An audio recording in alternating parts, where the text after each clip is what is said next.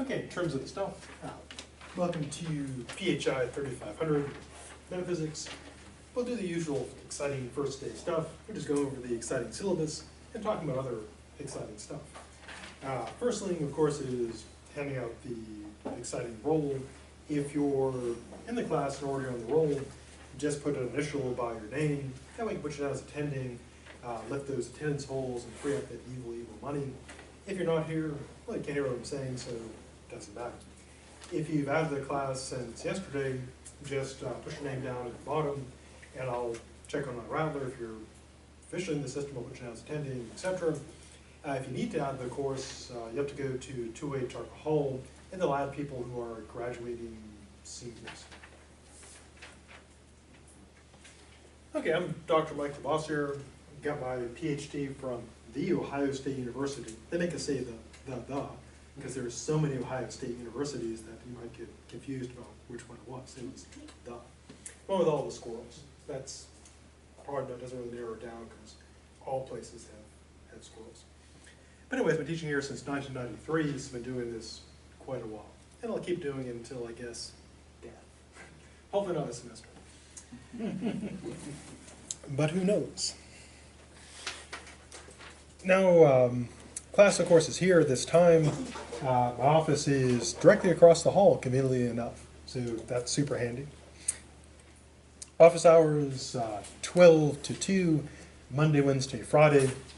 I'm very reliable in office hours. I do, but I'm on like almost literally all of the committees, and if there's a conflict with my office hours, I'll always put up an announcement so you know when I'm not going to be there, so you don't show up and say, why are they paying this person? He's not here. So if I'm not going to be there, and I know ahead of time, for meetings and stuff, I'll always let you know. So that way there's no unfortunate wasted travel time. So the class itself breaks down into 4 parts. Now in terms of the stuff you need to get, basically all of the stuff, fortunately, is on Blackboard, thanks to the power of the interwebs. So for the book, instead of having you buy a $150 Ontology, there's a PDF file containing the readings. Now one thing this limits it to is material that's free, but fortunately they have a public domain thing. Like when someone's been dead, an author's been dead quite a while, their work goes public domain, making it free. So we'll have a lot of, you'll notice I'll say like, this dead person, and that dead person, and that dead person. So a lot of them are dead and been dead for a while. But there'll be some that are only dead fairly recently, and even a few that are not dead. But so the book itself is a PDF that's free. Again, it's the same stuff you spend a lot of money for to get an anthology, but it's free. There's also all the notes, all the readings, all the stuff. Now the course itself is broken into 4 parts, conveniently enough. Part 1, we'll go over introduction to what metaphysics is about, and then we'll go to the very beginning of metaphysics, as far as we know, with the pre-Socratics, who are all not only dead, but super dead. And then we'll go to Socrates and Plato and Aristotle, who are very, very dead. And these are, in the West, these are the people who got metaphysics really going. The elements idea of earth, wind, earth, air, fire, and water comes from these dead guys. And then Plato brings in the forms, the idea of transcendent dimensions, and Aristotle says that's BS, it's all here, and they all die. So that's how it all ends, basically. And so this will lay down the foundations for where all the metaphysical stuff comes from, and you'll see how this still informs not only Western thought today, but human thought in general, because our cultures interact and infect one another in various ways. In part 2, we'll take a look at God, properties, substance, which is basically stuff, and reality. So some of the big things in the metaphysics. In part 3, we'll take a look at causation, how things work, also chance, randomness. If you've familiar with things, like quantum physics at all, or heard of like Schrodinger's cat and quantum theory and indeterminacy and etc. We'll look at that question of, how does stuff work, and do we live in a random universe where, it's all, say, dice-based, or is everything fixed and determined? Are we all following a script, or are we playing a game with lots of dice? Then we'll look at, speaking of death, immortality, what happens after death, if anything, and of course the nature of minds. In part 4, we'll take a look at what it is to be a person, as well as personal identity. Now, we'll be looking at some recent stuff here involving the nature of virtual beings. Could a virtual entity be a person? Could a robot or a machine be a person? And so this will be sort of new cutting edge stuff. So those are the 4 parts of the course. And we'll follow this, we'll follow the notes and the readings, along each step. That way there's no like surprising offshoots of stuff that doesn't fit in. Now in terms of the grading for the class, kind of the important thing, here's how your grade is calculated. There are 3 main things that affect your grade. First, the exciting paper, because Gordon will blah blah blah, writing blah blah blah, and the paper is kind of I do have topics kind of preset you can pick from, but you have the option of picking anything within the realm of metaphysics, philosophical metaphysics, which is huge. I mean, people have been working in metaphysics for thousands of years across all cultures, so there are literally billions of paper topics potentially there. And they can be on traditional topics like, things like personal identity, probable universals, or you can branch into more esoteric subjects. For example, if you're interested in things like artificial intelligence, robots, virtual reality, or more old things like ghosts. Those things can all fit into metaphysics. Now we'll go over in great detail about how the paper is constructed, how it's graded, so that way there are no surprises. No like, what are we doing? How does this get graded? So you'll know what it's all about. The paper is 30% of your grade, and there's but 1 paper. Exams, there are a total of 5 exciting exams. There's 1 for each section, and each section has its own exam that covers just that section. So exam 1 covers part 1, 2, part 2, etc. Exam 5 covers all the things. Now, for the first 4 exams, each one is on Blackboard.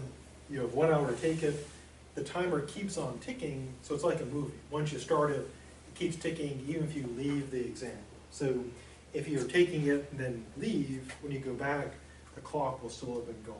So don't start one unless you know you've had enough time to finish it. Each of the 4 exams are composed of 25 true-false, 25 multiple-choice questions about that section.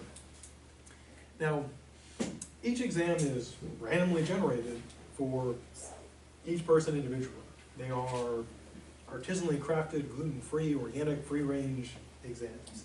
And every time someone takes one, it assembles a whole new exam through the power of the demons of Blackboard. Now, the best 4 out of 5 count, which gives you a variety of options. One thing is this: if you do all the 4 standard exams and you look at your overall grade and say, "That's great, I'm satisfied with my grade," you can decide not to take exam 5 because, again, the best 4 out of 5 count. So exam 5 would just be dropped. You get a 0 on it, but of course it would be dropped, so those 4 exams would count. So probably the best option is, at the end of the semester, looking at your grade and saying, "This is great, I don't need that final." And if you don't take it, it just gets dropped. The second option is, if you don't have the grade that you want at the end, I have a grade calculator, and I'll speak more of this near the end of the semester, where you can put in, it's an Excel spreadsheet, also a Google Numbers, I think they call their Excel, where you can put in your quiz grade, paper grade, exam grades, and see what the final could do. And if the final could improve your grade, then it could be worth taking. And so you'll be able to see then, would the final be worth doing? That is to say, could it increase your grade enough to change it, a letter grade?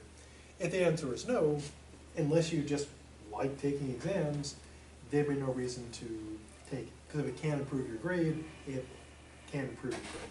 And you'll be able to know for sure, near the end. The exams altogether are worth 40%, so 10% per exam. Thirdly, all the quizzes. There's a whole bunch of quizzes. The quizzes are broken up by sections, part 1, 2, 3, 4, and there's a bunch of them. And each quiz, same structure. 5 minutes to take it, 5 true-false questions worth 5 points. And once again, they're also demon crafted by Blackboard. They randomize questions and give you a quiz. And then once you start it up, again, the timer's ticking down. You have 5 minutes to take it. So if you leave and go back, the timer's still going. So don't start one unless you got the time to take it. Now of these, the best 10 count. And Blackboard is set to keep your best 10. And so if you get 10 perfect quizzes, you're quiz capped. You've got 100% in the quiz category, and it can't get any better. So unless you just like taking more quizzes, you'd be done. Now if you have less than 10 perfect quizzes, and your grade isn't overall an A, then taking more quizzes could help. Can't hurt you, because if you take a quiz and you've already got 10, and it's worse than all your 10 quizzes, it drops. If it's better, one of the bad quizzes drops, the worst one drops, that new one moves in. And so taking quizzes can't harm your grade. So if you're worried, like, okay, I've got B in my quizzes, I'm not going to risk taking more, taking more can't hurt you, except emotionally, of course. It can't damage your grade, because if it's worse, it gets dropped. If it's better, it gets capped. If it's the same, it gets dropped. And the quizzes are 30%. Now, you'll be able to see all your grades, because every grade is on Blackboard, so you'll be able to see in real time exactly what your grades are on everything. Well, except for the paper. I gotta grade that, by hand. For the quizzes and the exams, you'll see the grade pop up automatically when you're finished, and you'll see the grade categories. In addition to each individual exam and quiz and of course the paper, there's also on Blackboard a category for the exams and the quizzes. And that gives you your overall grade in that category. Now the way that's calculated is, for the paper, it pulls your paper grade. So that's your paper grade. With the exams, it pulls 4 exam grades. Right now, unless you've done an exam, it's pulling 4 zeros. So your exam grade would be 0. Now as you do exams, it will pull in those exams. So one thing that will maybe kind of disconcerting to start is this. When you do exam 1, it'll pull that exam and then pull in 3 zeros. So your exam grade will look terrible. You may be wondering, like, I got an A on my exam, how do I have 20% in my exams? Well, the reason why is because it's pulling, the grade you did, plus it's pulling in 3 zeros, because it needs 4 scores. And as you do stuff, you'll see that grade improve.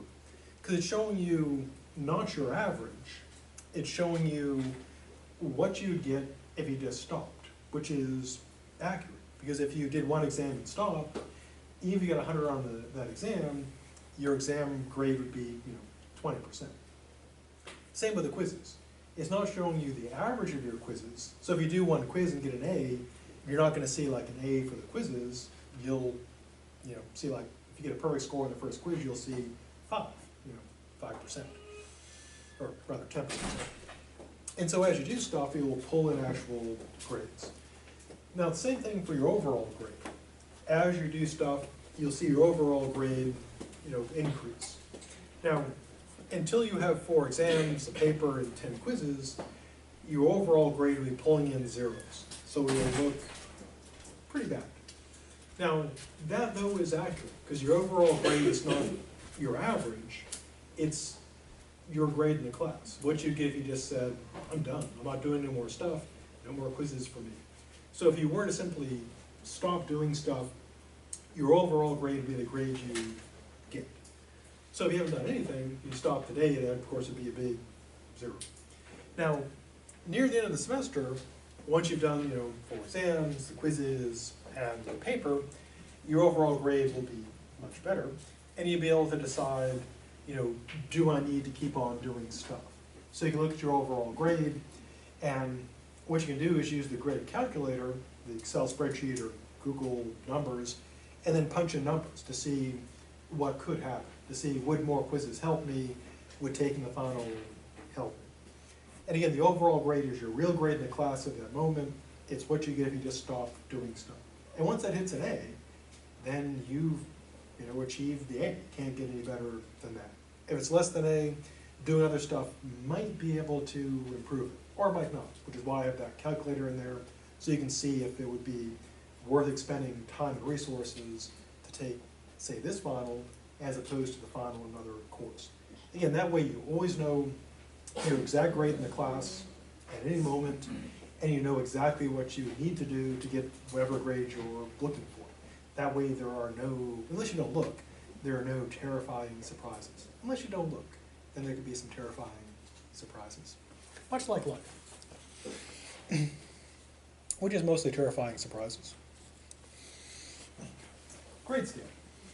Oh, before going to the grade scale, anything about the grade stuff that needs more, or terrifying surprises that needs more stuff? Grade scale, pretty standard, looks like this. Right now, we could go on the blackboard and take as many quizzes and exams, and then, let's say I took those 5 exams today, 10 quizzes today, I'd have that grade already taken care of. And Yes. I wouldn't have to, I mean, not that I'm trying to get out of that class, but I'm just trying to put it together in my head. But I wouldn't have to come back to class if I already took it, unless I got an A on the quizzes and the exams. Yeah, if you were able to complete everything and do well on it, then you'd be done. Now, yeah, because everything is open right now, which is good and bad. On the good side, yeah, you can do the course basically in a way on your schedule. So if you feel confident doing stuff, then you can go ahead and do it. If you're not so sure, you can wait for us to cover the material. Now before taking jumping into like a real exam, you're going to take the quizzes ahead of time and see how things are going. To give a cautionary tale, there was someone who did just that. They started taking classes, taking the exams. They took the first exam, got like a 32, and then took the second exam, got like a 24, but kept going. Which in a way I kind of respect, it's like they're just getting their butt handed to them, but they keep on going. And the next one they like a 12, and I was like, why did you keep going? It's like, I just couldn't stop. I'm like, don't do that the rest of your life, man. I did reset it for them, because they did all that stuff before class even began. I said, I don't know what I was doing. I don't know either. Yeah, so the risk is if you do jump ahead and it's a nightmare, then it could be nightmarish. So you want to try the quizzes first, see how that goes. But if you get everything done, then you are done. And the reason for that is because the classes are designed so that if they have things like family, jobs, other things, that it's not like, well, I have this issue with my family, therefore I just can't complete school, and then I can never graduate, because I don't want that. So the course is designed so even if life starts trying to terrify you, you can still get through it. Because life is full of terrifying surprises, as I said. Okay, policies. The syllabus has got a whole bunch of policies. You can read through them if you have trouble sleeping. They're all in there. Main ones are basically, show up, don't cheat, probably wear clothes, probably good. And that's, as Forrest Gump said, all I got to say about that. Cheating bad. The class does comply with all relevant legislation, laws, etc. I do, of course, have a phone, but who uses phones today? You don't use them for phoning. You use them for Instagramming and Facebooking and whatever the latest thing is, book facing and Insta tweeting or something. But anyways, the best way to reach me is, I mean, I still check my phone, but the best way is email. And I respond pretty quickly. Sometimes though, the junk mail filter of FAMU is like super aggressive about some things. So I do check it, daily. But if you don't hear an automatic response from me, there's a decent chance it got pulled into the junk folder. It also has started doing like important email in like another folder. So I have to instead of just looking at my email, I have to go to like 3 places to check it. It's like, I guess that's progress. But if you don't hear back from me from like a couple days, either I'm dead or it ended up being in the junk mail. Missing a lot of stuff. Again, the class is designed so if you miss a lot of stuff and you have good reasons for it, you can still get through the class because the work is available online, so you can always catch up with stuff. It's designed so if bad things happen, you can still get through stuff.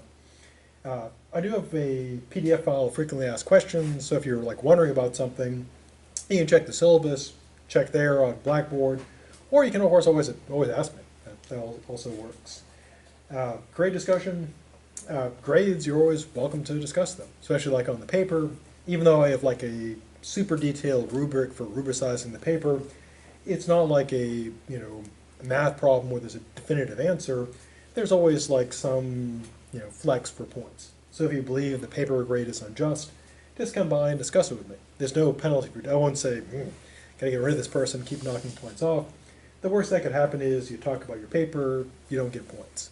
Best that could happen is you talk about your paper, you get points.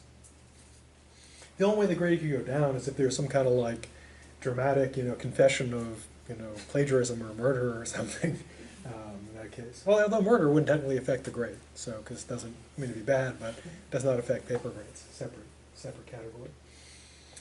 Grade information. Again, so you always know like exactly where you are in the course.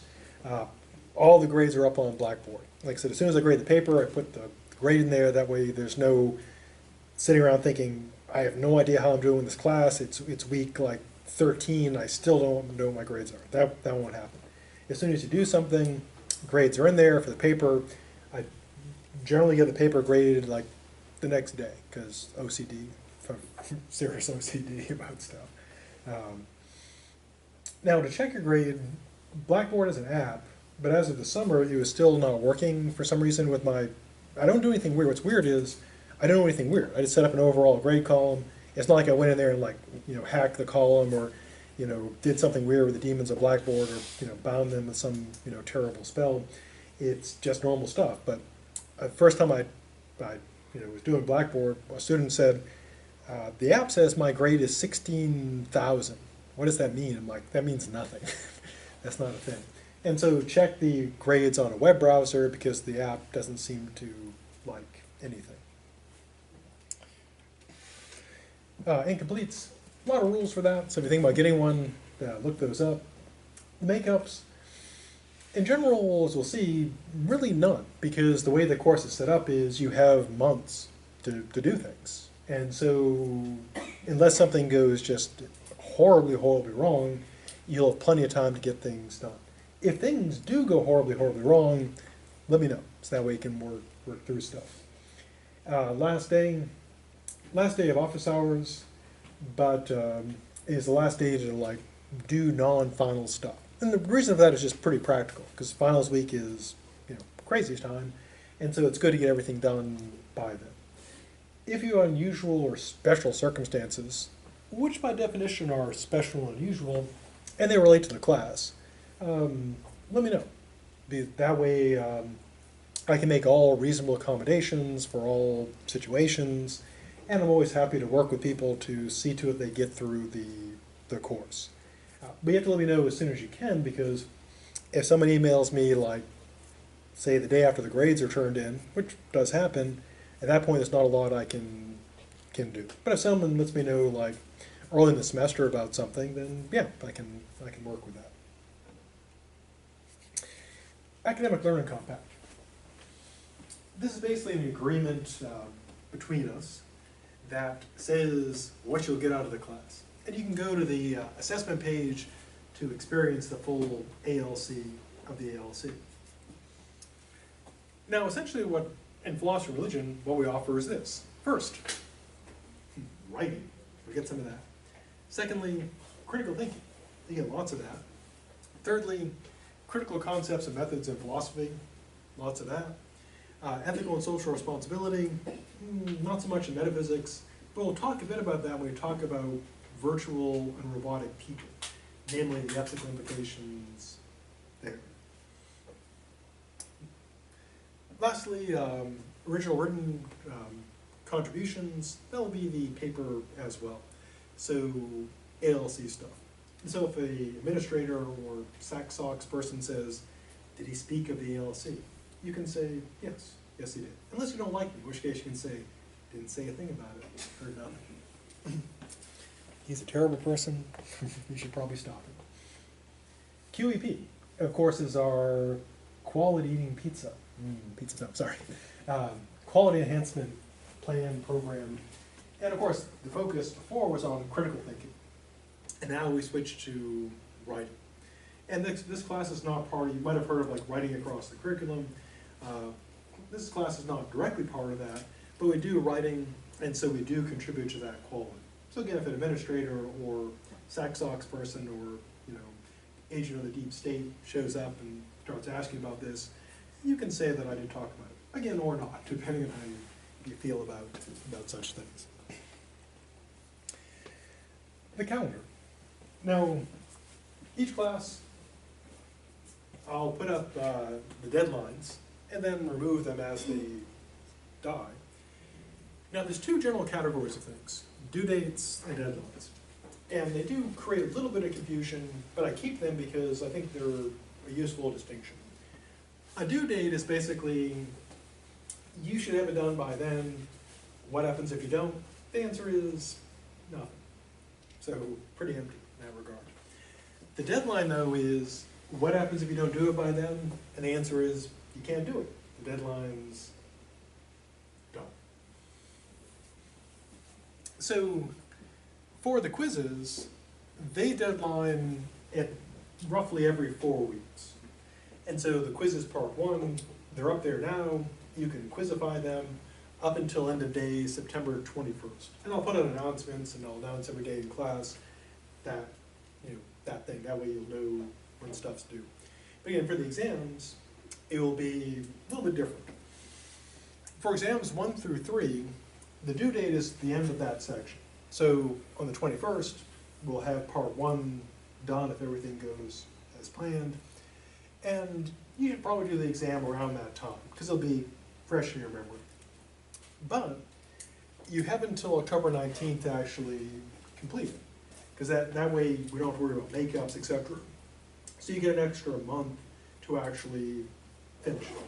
So I always recommend getting it done as soon as possible. That way it's out of the way, etc.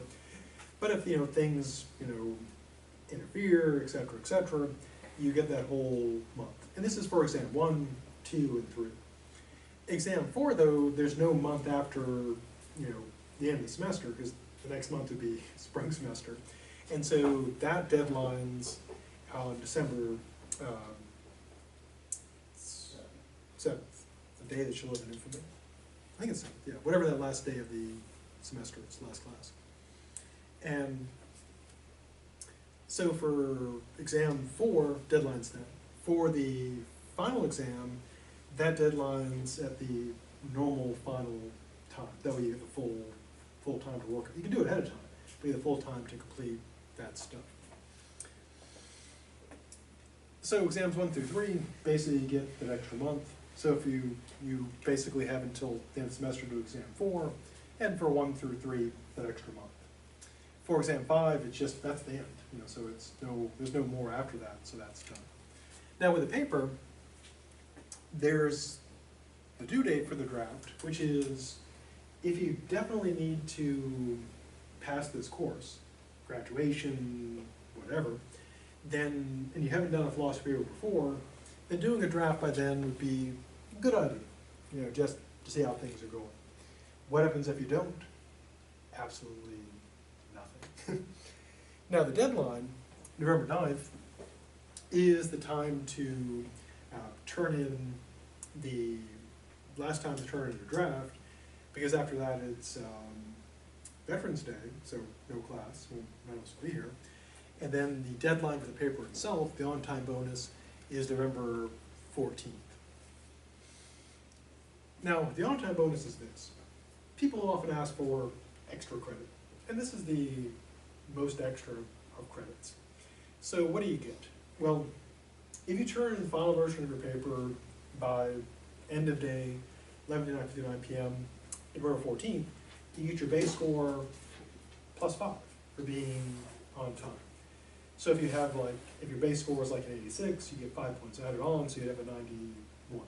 And the grade you see will have that 5 points added in there, because Blackboard doesn't have like a grade, +5 thing, so whatever grade you see there will be your grade +5.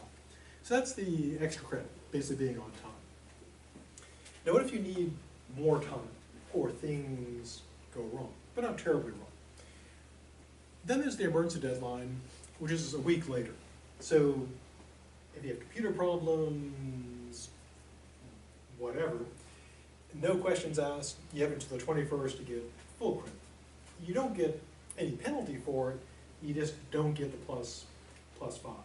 So it's kind of a calculation. Is it better to take like an extra week to work on the paper, which you get more points, or just do it on turn it on time and get that 5? Better choice. Unless things go better, then just commit. Now there's also the desperation deadline, which should be December 7th, which is the 50% credit, which is not great, but better than nothing. And that was put in basically for desperation. So that way, there's been a surprising number of people who've gotten that, 69.25 that rounds up to a 70 because of that 50% deadline, which meant the difference between graduating and not graduating. But this is the best, second best, and this is the worst. Well, not the worst. Worst is nothing. But this, at least gives you some credit. And usually this is done when people realize, hey, I'm still enrolled in that class, I should probably do a paper so I can pass. And sometimes people do pull it off. Final exam deadline, December 14th, deadline's at noon. And again, you can do it anytime you wish, but just be sure to do it before then. So that's our schedule. And I'll make sure, I'll send out regular announcements on Blackboard, so that way you know when things deadline, and also write it on the board over there, so you know when stuff deadlines. Before pressing on, anything about the calendar that needs more calendaring? Probably not a word, but... How many resources for your paper? Depends on what sort of paper you write. Could be anywhere from 1 to lots. How large is the paper? Paper is about 10 to 12 pages.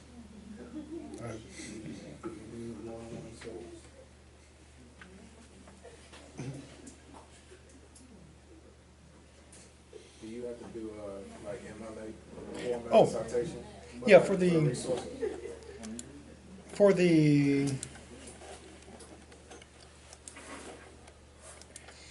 paper itself, well, I'll go over and I have in fact, I'll have an entire course just about, entire class just about paper.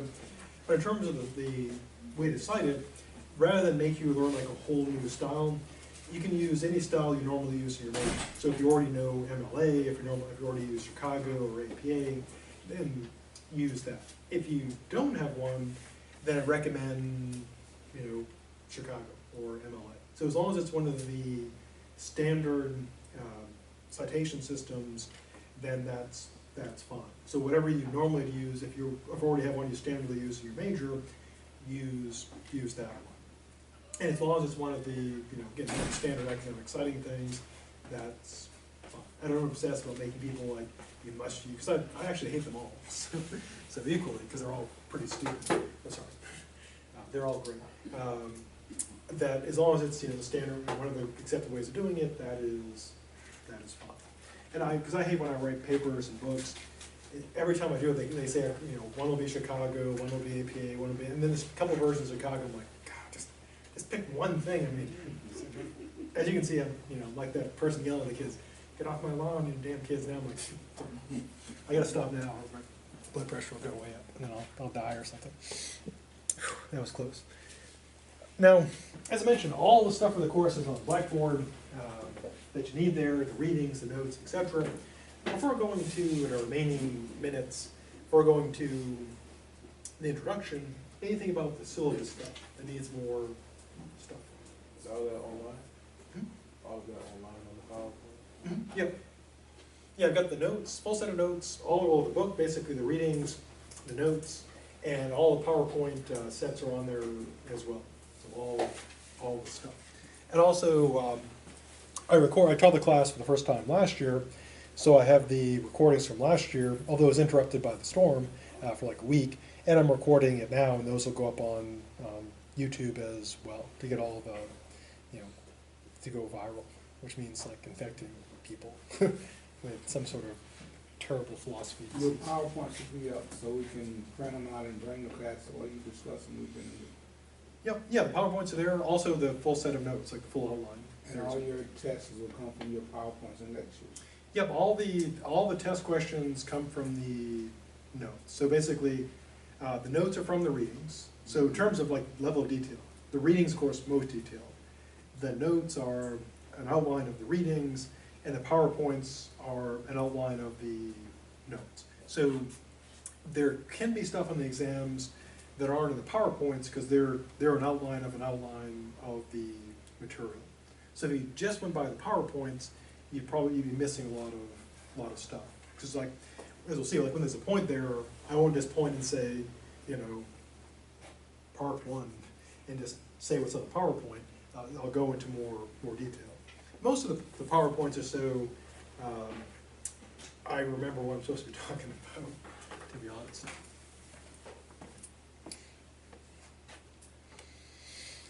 Now, kind of the first question, of course, is, what is metaphysics? Now, the definition is pretty straightforward. It is a branch of philosophy, and philosophy is literal translation from philo, meaning love, Sophie, meaning wisdom, literally the love of wisdom. And metaphysics is the study of the nature and structure of reality, what is really real for real. Now, one sort of sub-branch of metaphysics is called ontology, from the Greek word ontos, meaning thing. But I translated it as stuff, because I really like the word stuff, as you'll see. You'll probably come to hate the word stuff as much as I love it. Now, ontology involves studying what makes up reality. Now, not in terms of studying, say, backpacks or ocelots or kiwis, both the fruit and the bird, but studying the metaphysical entities. Like, so if someone's doing an ontology, they're not out like cataloging, beetles or squirrels. They'd be trying to figure out what makes up reality itself. Are there, to use like a religious example, are there like angels, devils, and God? Is there space, time, that type of stuff? So dealing with what are the kinds of metaphysical things. In other words, what is really real for real? Now, metaphysics is full of questions. Like, the basic one is, what is really real for real? What is this reality? Or is there any reality? Now, these questions lead, of course, to problems. Now, many problems, and we'll be looking at quite a few of them, but here are 3 big ones as kind of sample problems. One goes back to at least our good dead friend Plato, and it's called the problem of universals. And it's actually 2 problems. One problem is this: in virtue of what is an individual a member of a group or class? So in virtue of what am I human? In virtue of what are blue things blue? So it's a question of, belonging to a category. Now, in addition to the metaphysical question, there is, of course, ethical and social and political questions there. For example, notions of race and gender tie into this. So if someone says, you know, in virtue of what is someone of a particular gender, is there a metaphysical real foundation to gender, as some say, or are they social constructs? Now, physical, biological sex is biological, you know, chromosomes, you know, anatomy, etc. But when it comes to something like gender, the question is that a real thing? In virtue of what is someone of a particular gender? Is that social construction, metaphysics, or what? Same with issues of questions about race. If someone is white, does that mean they somehow partake of a metaphysical quality of whiteness? Or is that a social construct? You know, just something that people made up. So the problem of universals actually ties into some of our big social and political issues about gender identity, race identity, etc. Now the second part of the problem is the question of what is it that makes a particular individual an individual? So the question is, what is it to be in the category? And the question is, what is it to be that particular entity? So what is it that makes me, distinct from all other entities in the category? So I'm a human, but I'm distinct from other humans. So what is it that makes me human? But what is it makes me the individual distinct from other humans? And Plato kind of got this problem rolled. And it's been hanging around to this day. The second problem goes way back, still a problem, is the nature of mind, which is this. One thing that we humans notice is that some things think and some things don't. And we're pretty good at that. So for example, when someone's like really, really young, they're kind of sorting out like what things are like thinking things and what things are not. And the question here is, what is it that we've got that other stuff hasn't got? I mean, biologically the answer is pretty straightforward. You know, we get a brain, tables don't. But the question is, what is it that gives us this consciousness, this mind, etc.? Now, for a long time it was very just theoretical. What is the mind? But round about actually pretty early, people started working on trying to recreate the mind, building intelligent machines. And the first ones are mechanical. Weirdly enough, people did build, because they didn't have electricity, they built mechanical computers that would run programs. I mean, it seems kind of weird to have a computer you hand crank or run off a steam engine, but you can actually run programming slow, and you can run it small. You can actually run programs that way. There's, for example, this guy Babbage. He made a couple machines that were early computers.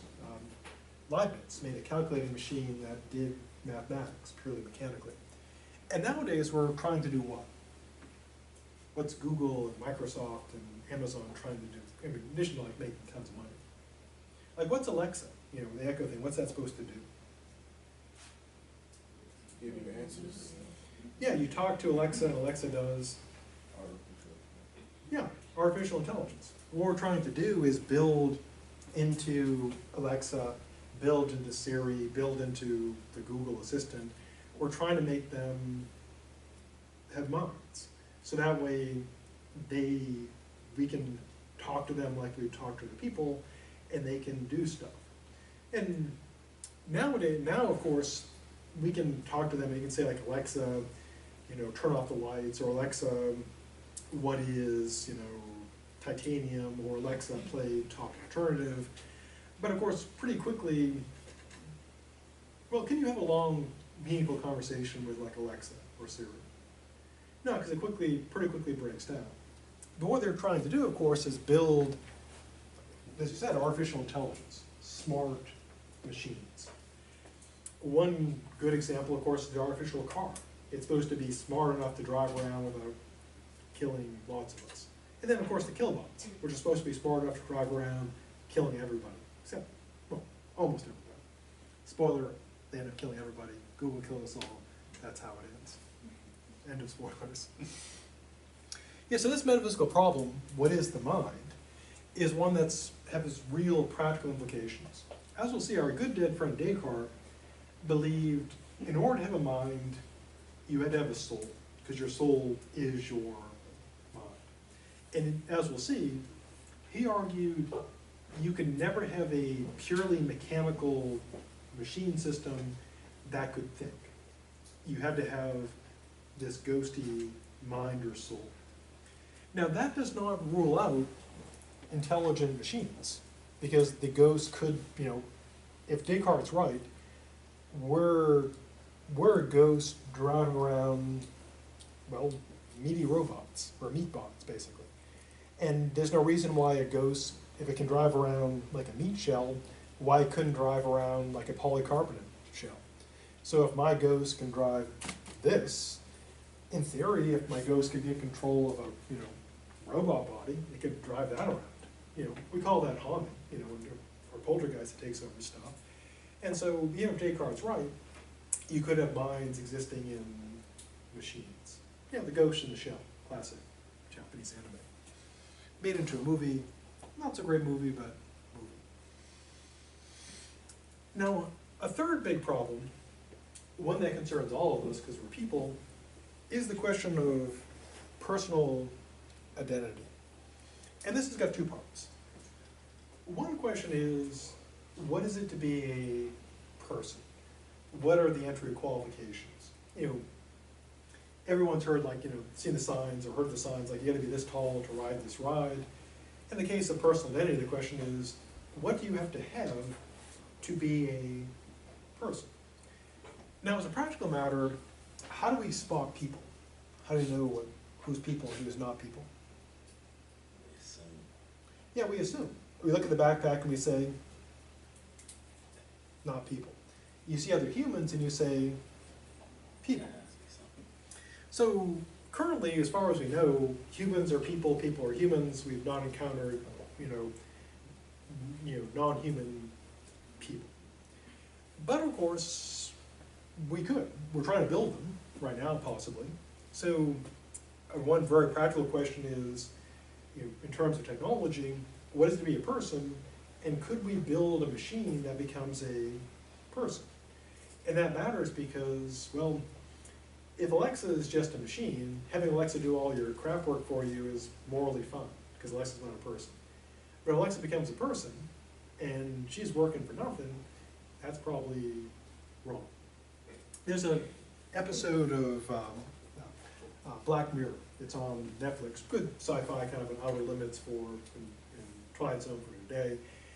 And there's one sort of horrifying episode where they're all horrifying, where they create a system for you. What they do is they duplicate in the story your personality, like you, because you know you better than anybody else.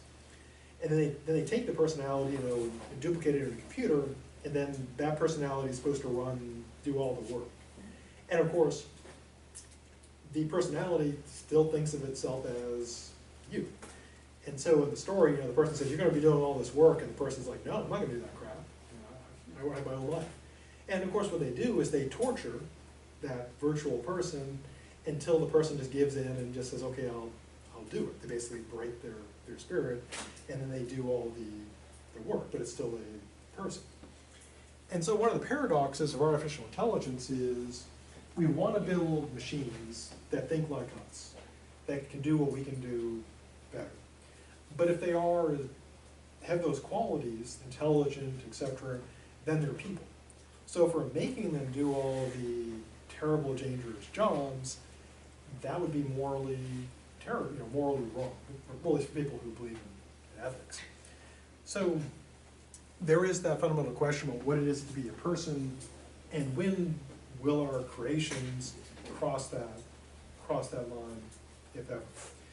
And of course, when it comes to things like animals, people have wondered, could whales be people, or gorillas?